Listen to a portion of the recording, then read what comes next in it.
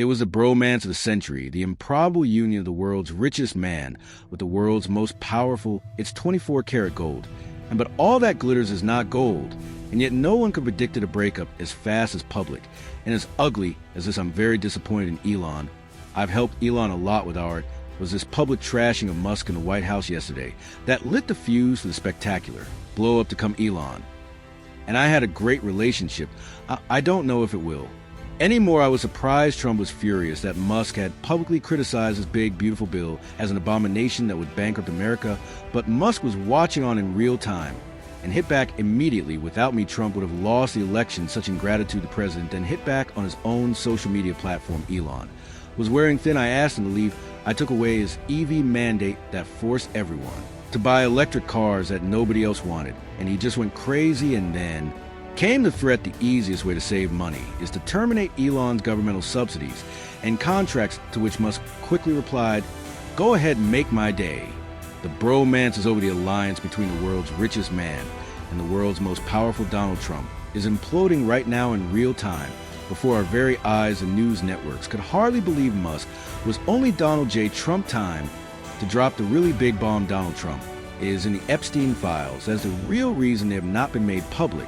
It was a jaw-dropping allegation that Musk compounded by sharing video of Trump with the deceased sex offender Jeffrey Epstein. Musk provided no evidence for his allegation, and there is none, but the accusation was nonetheless done, and the Republicans on the Hill were quick to dismiss. It is just another accusation, another shiny object. There'll be another wreck on the interstate next week. And are you not shocked by the allegations that he's in the Epstein files? Oh, I don't give a give about that. He's accusing him, though, of being in the Epstein files. It's more than a billionaire spat.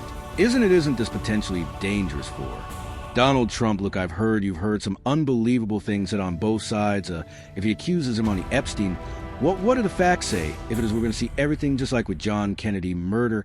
You bring everything out for the Democrats. The Schadenfreude was only too visible. It was inevitable. We knew this was going to happen. This was like a forecast that this would be something like the brick of a MCBTH play. You know, it was all these people that are power hungry.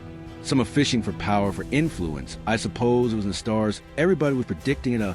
When it first began, you've got two gentlemen with a gargantuan egos, and both appearing to suffer from malignant narcissistic personality disorder. And they basically converge around a common platform of plunder and pillage of the American people. Hasn't lasted very long, this love.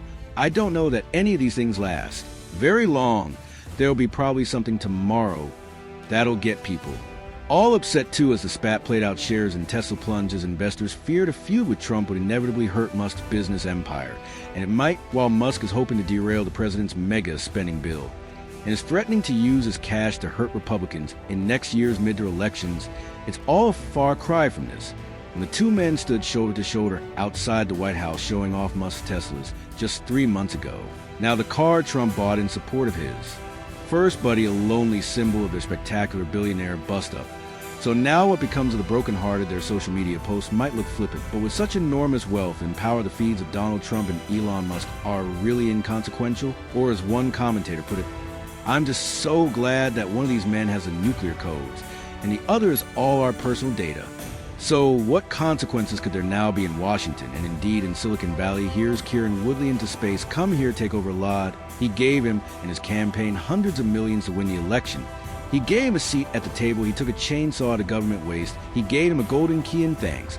But was this relationship now disintegrating like a SpaceX rocket, always doomed to failure? You have the president of the free world, the richest guy on earth, one of the smartest guys on earth. Conflicts, they're kind of predictable, aren't they? Elon Musk was never really a true MAGA follower, a billionaire whose companies rely on global trade, a close relationship with China, and the electric vehicle revolution.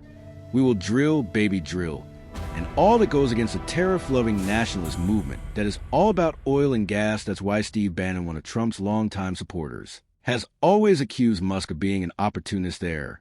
Not populist. You know, I tease Elon all the time. If I get turning from a techno-feudist globalist to a populist nationalist, we can make some progress here. While the MAGA world rejoices, what will happen to the other tech billionaires who lined up to attend the inauguration? I'm sure if we were in the boardrooms or in the private conversations with the tech lords today, they are extremely nervous about this fight and beginning to understand that there are fundamental elements of the MAGA movement that are not in sympathy with what they with the future. They imagine that nervousness will depend on whether Trump hurts Musk using the powers of the government to not just roll back electric vehicle subsidies, but perhaps even cut other federal contracts with Musk's SpaceX company. All this coming at a time when Musk is already feeling the economic and political pressure. He's taken a series of hits, and defeats Doge is a failure. The Tesla brand has been deeply hurt, both domestically and internationally, by his fervent support for MAGA. So I think it's probably an accumulation of defeats that made him wake up one morning and say, wow, I'm in a good deal of trouble. If the president holds the most cards, can Muse direct his chainsaw at Trump and pose his own threat? Because he claims that his nearly $300 million in last year's election is the reason why the Republicans now control all three branches of government.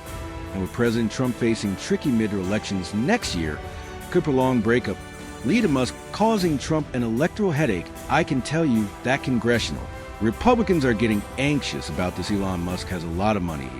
He spent nearly $300 million to help Trump get elected. For a lot less, he could be influential when it comes to congressional elections.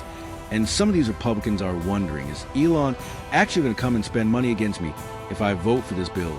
And $1 million in a tough congressional district goes a very long way. Musk did plow millions into a Wisconsin Supreme Court race early this year, and he lost, and that will give him pause, everybody. But both men know that if their bromance was a wild ride, their breakup will have just as many twists and turns. The Republican Party and the American people are holding their breath ahead of the next move. Well, the U.S. political consultant Frank Lance joins me now from Oxford. Frank, it's great to have you back on the program. Why did this escalate so quickly and so publicly, do you think? Because they're so well known. These are two individuals that is known by everyone. Who's watching this show, we've known that Elon Musk is brilliant. As one of your commentators said, we know that Donald Trump is the most powerful political person in the world. And I don't know of any time since Franklin Roosevelt issues with some of the industrialists in 1933, 1930. You have to go back almost 100 years for the situation to replicate itself. And that was before social media. That was before cable news. So you got the technology, you got the interest from the public. You got so much money involved, so much politics. People are paying attention. But in terms of the substance of their relationship, I guess you could say a breakup was inevitable, because Musk has the biggest factory for Teslas in China.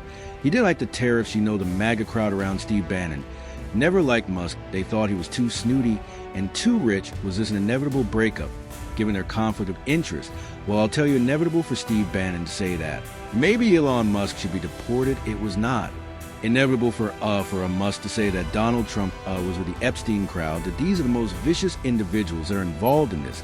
And just as it grew to something so powerful and so meaningful, the relationship to come apart, the bigger, they're the harder they fall. I've been using the analogy of this is King Kong versus Godzilla.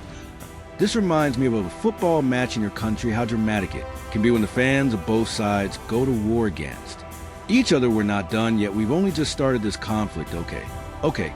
Well, one of the things coming up is, of course, the vote in the U.S. Senate on the big, beautiful budget. This is what they ostensibly fell out over, is Musk in a position, now having withdrawn his support from the president, and his money no longer being activated against Trump critics. Is he in a position to torpedo this budget? And what consequences would that have? The consequence is that this is the seminal legislation, the tax cuts, the budget cuts, how we're going to deal with Medicaid. All the issues are put into this one piece of legislation.